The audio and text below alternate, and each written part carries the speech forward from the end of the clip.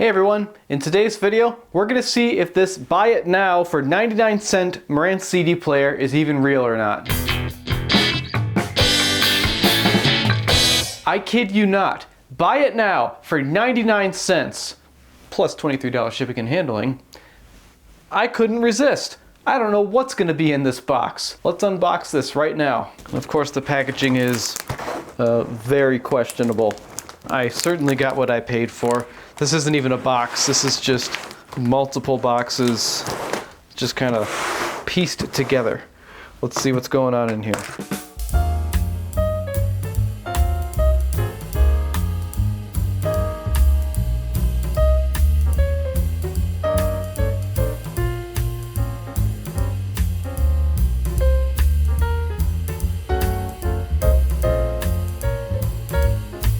And here it is, folks, the grand reveal. Oh, I didn't even have to open it. It's already open. Can I close it? Huh. Well, this feels pretty bad so far. It's as if this is just kind of loose in here. I'd be very surprised if this thing actually moved once we plug this in. But here it is, folks. The compact disc changer CC-47. On the back, you'll see it was manufactured in the year 1997. We've got some keys that may do things. We'll see. The condition is fine. I wouldn't call it great. It does have some heft, not too much though. Feels pretty standard for a CD player of this era. And then, like I mentioned, March of 1997, right there. Not too much going here. You got a digital out, analog output, and some bad scratches back there, but you know, whatever. It was 99 cents. Let's go ahead and plug this in. Does anything happen? No. Does anything happen now? Yes. Okay. Oh wow. I was wrong about that. So it opens. Does it close?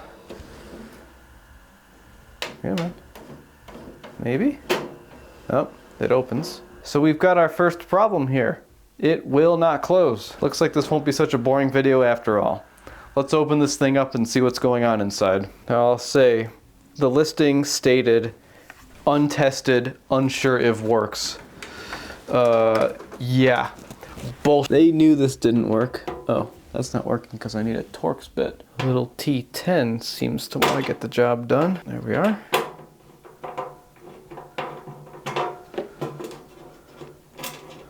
Yeah, look at that one. Let's see. Does it even work? Oh, yeah. There you go. I have a better tool for this. Other side screws are in much better condition, but the one in the back is already backed out a few turns. And 4 on the back. So this should come right off. Maybe. It's been off before, I know that. There we are. Big old hunk of plastic and upside down circuit boards. Well, I tried opening it back up again, but I'll show you. The first thing I notice is we have a damaged ribbon cable that is just loose.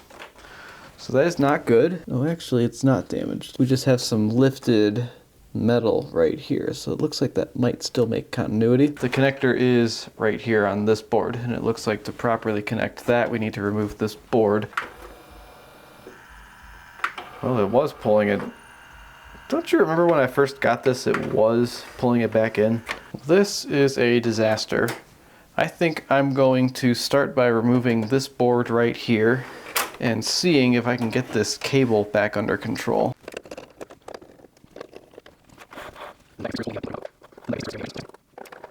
So let's lift this up and see what's here.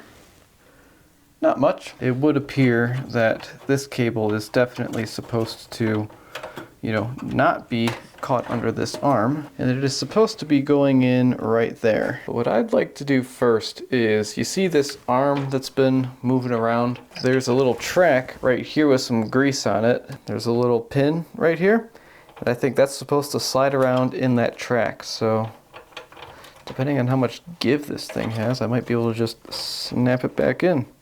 Oh, would you look at that? That was quite easy. So at this point, let's jam this ribbon cable back into this connector here. Got a little slidey boy right here. Wants to slide in and out. So for the out is the unlock position. We'll just put that right in there. Hope it works, and then lock that back down. And there you go. Let's bolt this back in and see what happens. Just do 2 screws for now because there's a good chance this needs to come back apart. But I do notice something already. I can fully close this thing now. So maybe a micro switch in here will know that it's closed.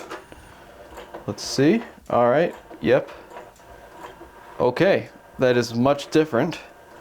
I don't know if you can see anything in there, but there's some disk checking happening.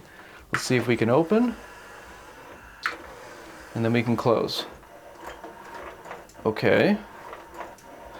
Well, that's promising. Oh geez, now I need to find a CD. I know my audience will appreciate this one right here. So let's go throw that into disc 2. Let's see if it plays it. 2, find it. What if I hit play? Oh.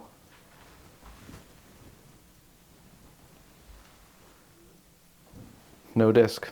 Let's see if I put it in, I don't know, disc 4, anything happens. So I'll hit the disc 4 button here, and it'll take it over there. But it's not too happy about it. So here's what we know so far. We can put a disc in, we can watch it look for discs, and we know that it finds a disc. And I can hit play on that disc, and maybe you'll be able to hear it. That little clicking sound. That little clicking sound is the only thing I get. And when I go to hit play, it says insert disc. There is a disc. I did insert disc. It even says there's a disc right there on that little thingy. So I can't see anything that's happening in there. I don't know if it's even successfully spinning it. So we're just gonna have to start taking this thing apart until we can see the actual laser on this thing and see if any of that stuff moves. Does it try to find a disc? We're gonna have to find out. And at this point, I am just completely guessing. I have no idea what I'm doing. But I know this board needs to get back out of the way. All right, I don't know what I did, but I've got this thing in a place where we can see the lens kind of do stuff. There is a CD in there. I think I convinced it that it's closed. See, look, I can get it to do all this stuff. So if I hit the play button, we see that that's working. So there's our disc in there. It won't turn it. And then we saw it move back a little bit. I know you're not supposed to stare directly into these things when they're trying to read, but it's like, huh. Okay, I do see a little red light in there, so something might be happening. So I got it to stop in there, and the disc does spin freely. So why is it not seeing the disc or reading the disc? I gotta watch some more Spare Time Repair, folks. Cool channel if you haven't seen it. Well, folks, I actually did end up reaching out to Graham at Spare Time Repair because I was a little bit lost on this thing. I couldn't find a service manual. I didn't really know what I was looking at. If you haven't heard of Spare Time Repair, Graham does a lot of work on stuff like this. I figured since he looks at this stuff pretty often, he might be able to steer me in the right direction, and he did. He noted that this CC-47, which I can't find a service manual for, is extremely similar to the Marantz CC-44. He also noticed that the optical pickup is likely a Philips CDM 12.1. Now I've got a service manual, and now I can see, where I should go next with this. And where this service manual took me is a thing called service mode. So if we turn this on, we can hit the stop button once it's done doing everything. And then we turn it off, and then we hold the stop and play buttons, and then turn it on. And would you look at that? We are in service mode. We're getting a bunch of crazy numbers on here. So what we can then do is notice that we're in 0. We can go to 1, which is going to make the optical pickup try to focus. If we go to 2, it's going to turn on the motor, which you can hear it. And then number 3 is going to make the sledge move back. So I'm going to go get this in a place where you can see this. An awful secret little thing I figured out is if you have this board kind of unplugged, something's not getting grounded correctly. So then when you hit this, it thinks it's closed, but it's not. So what that means is through this little hole right here, we can see our optical pickup because the CD transport is actually attached to our tray itself, which is kind of an interesting design. You'd think that it would just take the CD and put it to the transporter in a fixed place. It's not the case here. So I've got this in a place where you should be able to see everything. Let's hit test 1, which is, does it focus? You can see it's trying. Then test number 2, you just saw that turn on. It is spinning up. And then test 3, we're going to move the sledge all the way over there. So we see that that is working just fine. Then we'll bring that back. And that's that. So what I'd like to do next is just completely take this whole mechanism out of this case and take it apart and see if we can find anything glaringly obvious mechanical wrong with this. Like maybe the CD is too far away from the laser and it literally just can't see it for whatever reason. I don't know. But I just want to take this apart and see what's going on. So let's go ahead and get that done. And yeah, check this out. If I ground this out on the back or whatever, I can get it to close, which is very interesting.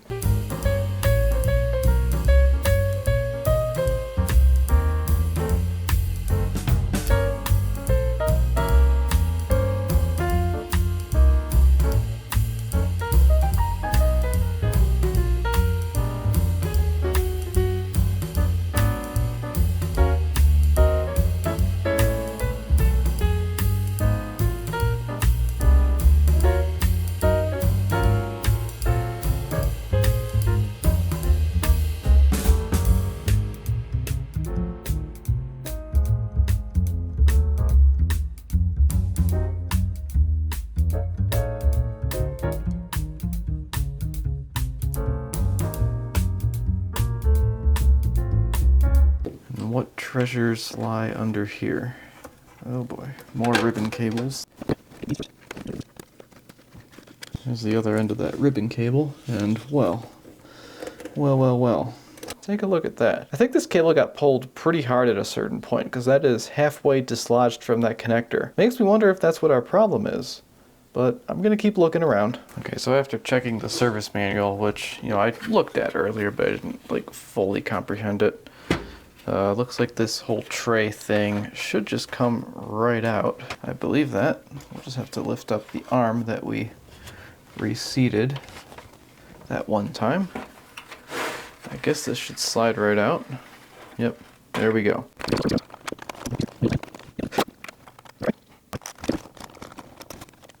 If I make sure the CD is set on there firmly and spin it, I'm not seeing any run out of the disc, so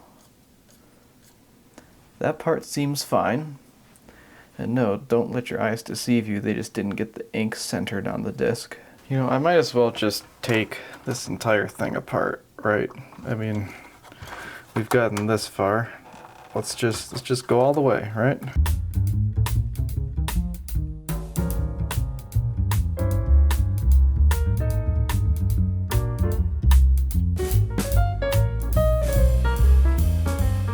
Well, I got it out, and I really don't know how I'm going to get it back in. Well, there it is, folks. Graham was right. The CDM 12.1. Let's just have some fun here and see if we can get the motor to move. I'm just going to hook up some test leads to it. I'll go up here to the power supply, set it to 0 at first. I think this is only going to need 5 volts, but, we're going to want to be careful. And we'll give it just a few volts. Look at that. Cute. Well, that appears to move just fine. I'll swap my leads on the power supply, and then I'll bring it back home. Yeah, I'm putting barely a volt in there. I was mainly just checking to see that it is smooth at a low voltage. Yeah, so here's what I'm talking about. I've got a very, very low voltage on it right now. And you can see, you know, it's binding up at a certain point in the rotation on the worm gear, it seems. I wonder if the worm gear wants a little bit more grease, and maybe that will help it out. I don't know. Definitely worth a shot, I suppose. Take a very small amount of, what is this? EM30L. Add a little bit of that to the worm gear here. I'm just kind of working it. I'm going to say that does seem to have helped it a little bit. A little harder to get it to kind of behave the way it was behaving before, you know. So I'll call that a small win, though I don't know if it'll matter at all. Over here you can see there's a little tiny switch that the sledge is going to bottom out on when it gets to the end. I'll show you that right now. I believe that is so the CD player knows that the lens is at the home position right there. You just saw it bottom out. So I'm gonna grab my multimeter, go right here, see if we have the continuity. I'll show you guys a little something. You can see it's obviously an open circuit with nothing there, but if I kind of complete it myself, you see we're in the mega ohms, 140k. If I push harder, the harder I push, the less the resistance is. Well, that might be something. Alright, let's just give this switch a good attempt at a cleaning. Let's start with this stuff and just... And that was just CRC contact cleaner. Then I'll take this thing and I will provide the smallest little amount on that contact there. What am I doing here, folks? Let's just get this hooked up properly. And let's pinch. Yeah. I think that's more in line with what we're supposed to be seeing here. So that might also improve our chances here. Man, I'm changing so many things here. We're not gonna know what's gonna be the thing that solved the problem. Now we know the motor for the CD disc spins, but let's just watch it for fun since we're down here. Okay, there's that. I'll turn up the... Yep. It spins freely and it spins quietly. Okay, I think it's time for me to fumble through putting this thing back together. I don't know if I'm going to be successful or not.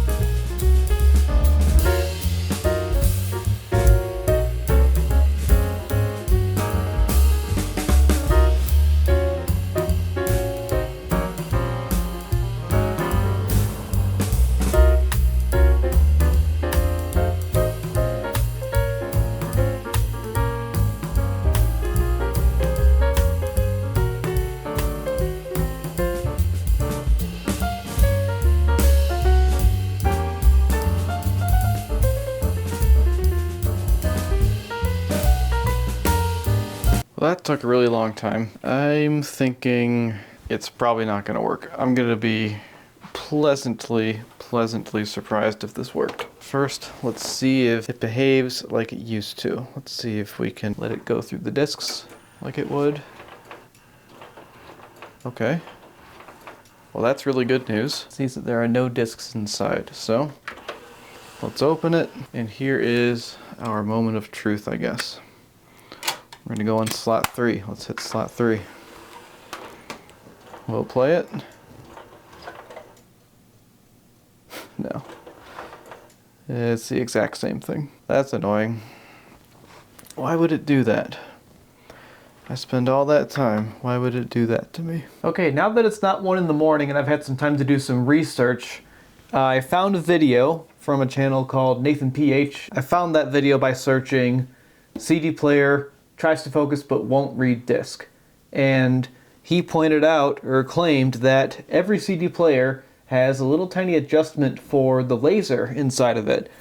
And I was thinking to myself, I didn't see that. I also somehow found a service manual for the Philips CDM 12.1, and there was no mention of adjusting this laser or having any procedure for the adjustment inside of this service manual. But I was looking back at my old footage during editing and looking at pictures of CDM 12.1s and saw what appears to be a really, really small variable resistor or potentiometer. I think I can get this thing out much more easily now than tearing apart that entire thing, because I want to check that and see if I can adjust it. So my thought was remove the faceplate. Tell you what, folks, they really designed this thing for manufacturing and not servicing. They don't want you servicing this. They want you to throw it away and buy a new one.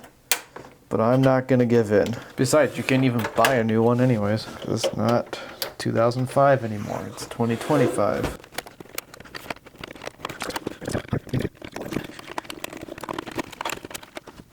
Once those tabs are undone, we can slide this out of the way. We can start pulling out, or moving the arm and start pulling this out a little bit. I've got this board free already, but we can go ahead and release this ribbon cable by pushing out. That should come right out. And then I should be able to release the arm by lifting up, and then I could slide this whole thing out, and I have access to the transport right here. And underneath this board, I should be able to see what I think is a small potentiometer. I need to undo the transport cable, which I'm not about to get on camera because I can't even flip this board over. And there it is right there. So that is it right there, folks. That there is what I believe to be a potentiometer, because you've got your 3 points where you can measure it, and it looks like you could fit a screwdriver right there and right there.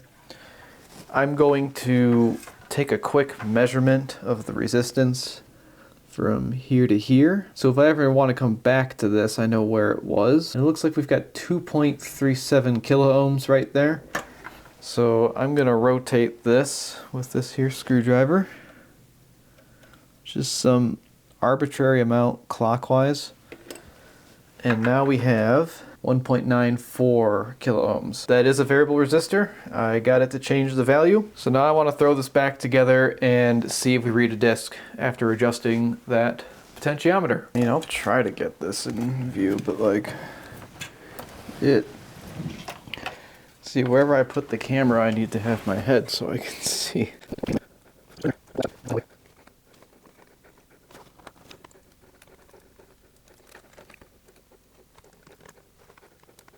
Okay, there's that. 1 screw, 2 screw. Then I can slide this back in pretty easily. Kind of lift the arm back into the tray, like so. So now it moves with it. Fish this guy up. Well, actually, we're gonna leave it like this so we have more slack. Then we'll take this board and get this cable right back in there. There we go, that's much better.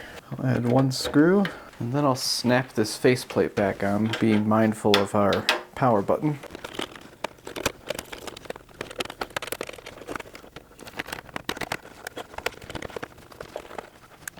So now it's time for moment of truth number 2, I suppose. So we're back together, we're working. We have a disc in disc 2. If I hit disc 2, does it play? No. Maybe I'll try adjusting it again. I just took that all apart again and redid the potentiometer. So let's try this again. Let's let it find all the discs, right? So let's try hit and play. Oh? Oh, really? Oh, wow. Look at that, folks. It's playing the CD. Go to the next track. Go to the track after that. Folks, we gotta get an amplifier. We gotta take a listen, see if there's any sound. Tell you what, I am not getting my hopes up, but we are set to aux. The volume is up. Let's turn this thing back on. Let's take a listen. No way. No way. Incredible.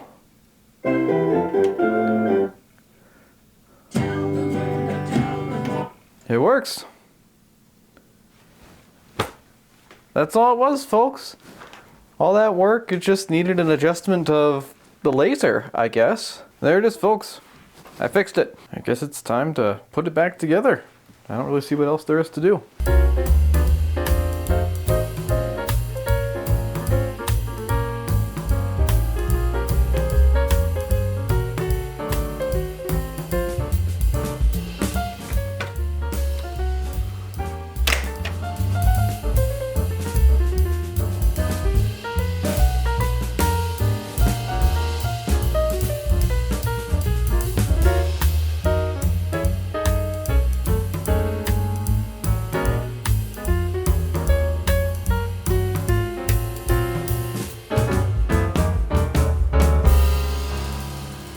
Look at that.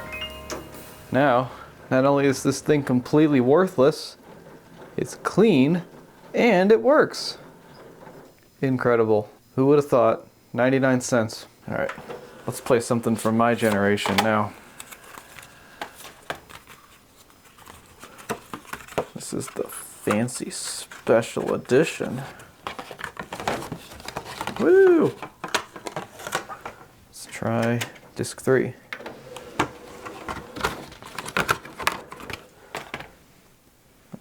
Track 2. No, I need to plug it in. Silly me. There. It works. That sounds nice. I'm not really sure how nice a CD player is supposed to sound. So I would definitely consider this a success. This did not work when it came here, and now it does. I did a little bit of searching on the internet, and it sounds like if you're going to adjust this and have it be a precise laser adjustment, you gotta be able to see it real time, but as you saw, Marantz does not want you to be able to do that because you cannot, well, I'd have to solder wires to certain connection points and then hook them up to a scope and look closely to actually properly set the laser power, I think.